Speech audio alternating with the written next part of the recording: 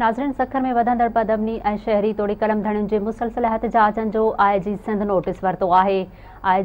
AIG ऐं SSP Sukkur खे हिदायत कंदे बदअमनीअ खे बुंझो ॾियारे शहर जे अमन बहाली लाइ खयल क़दमनि बाबति रिपोर्ट तलब करे वरिती आहे। वधीक तफ़सील ॾियण जे लाइ असां सां गॾु टेलीफोन लाइन ते मौजूदु आहे फरीद सुमरो।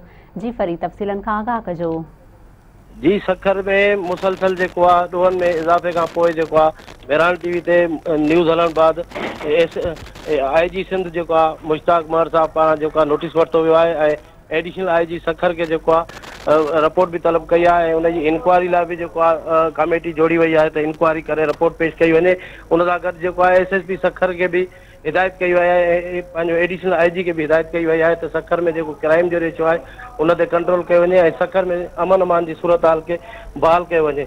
आहिरी जेको आहे मोटरसाइकिलनि जी चोरी ऐं फुर ऐं माण्हुनि खां जेका अगवा ऐं फुर जी जेके वारदातुनि में इज़ाफ़ो थियो आहे उन बाद जेको आहे आईजी जेको आहे इहो ख़ासि नोटिस वठी करे जेको आहे इंक्वायरी तलब कई आहे। जी फरीद, तव्हांजी महिरबानी।